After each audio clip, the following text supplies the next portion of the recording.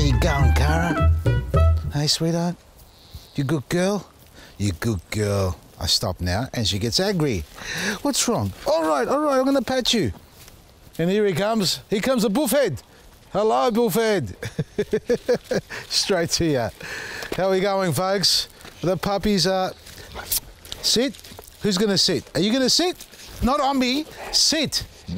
Oh, that's it. Oh, that's the sweet spot. We got the sweet spot. Yes. Yes. That's enough. All right. Stop. That's enough. Who's the boss here, folks, eh? Not me, that's for sure. Anyway, we're standing here in some of the standard roses. As you can see, they finished flowering. They're still pushing up a couple of flowers here and there, the old ones. But these are now due for a cutback. They should have been done earlier on, but the days have been good. I haven't been home, and the days I've been home, it's been terrible. And you would have seen me yesterday's post if you were following me. I came out and showed these roses how clean they are despite the bad weather we've had. And all I've been doing is feeding them our special food, as you know, the superfood and black grit, and it's kept them nice and clean. So I haven't had to do any spray, but if you need to spray them for black spot and mildew, you can use a product called Triforine, or you can use our disease control pack, is what I would recommend. That has a great effect in suppressing the spores and stopping them from actually spreading and taking over. But that all starts from the base. It starts from a good prune. You need to give it a good prune, and you need to make sure your soil's actually well fertilized so you get the organic matter into it. It's the same thing irrespective of whether we're talking about vegetables, fruit, or flowering plants. They all need to be treated in the same way. Lots of organic matter. Don't turn the soil over, just top layer it and get those microbes activated in the soil so that the plant can start exchanging sugars for nutrients. And that's the whole key here. It's about the health of the plant that's going to give the plant the ability to resist being infected or attacked.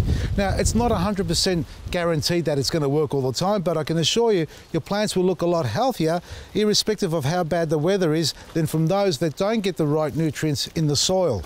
Now, this also, because they're grafted, have an issue with the graft versus rootstock connection. We don't call it a disease, but it's just that, acceptance. Look at that. That's in about a week.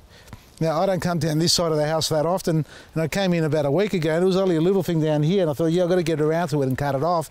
But if I let this go, this will grow out, and I can guarantee it will probably have some single red petal flowers on it.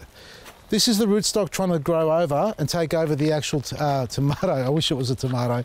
If it was grafted this big, eh? Imagine that. Take over the rose plant. So we're going to take this off all the way down to the base, folks. Down here somewhere, like that. And I guarantee you it'll grow back in about 6 months, or maybe 9 months. But now we're going to tackle this. Now, I'll let this go for a couple of weeks too long, and you can see where it's already growing from. See here? See, we've got the new shoot coming up. So there's your indicator if you want to know where to cut it back to. That's right there. Now, you cut it back about 1/2 centimetre above the new shoot, where the last node is, and on a slight angle.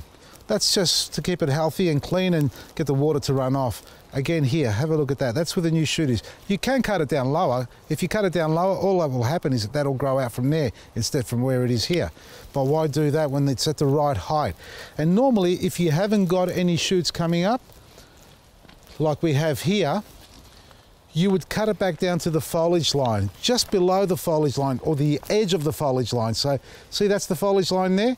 We can afford to cut it down to here. And also keep in mind that you want to have an outward facing sort of shape on it. You want to open it up, air it out. Let me show you what's happening on this side here.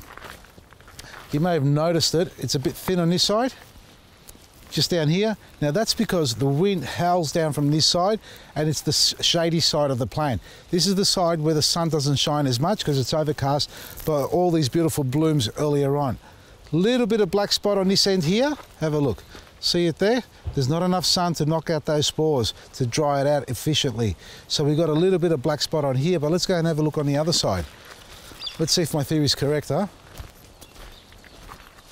And a little bit of black spot on here too, folks. That's because the sun shines on it. I'm joking. So it's actually quite minimal, and that's down below here. Look at the top. It's very clean on top there. So we've got a very healthy plant. 1 or 2 spots, but nothing to be really concerned about. I can go through this, and I should, and I'm going to now. Quickly cut this one back and show you the finished result.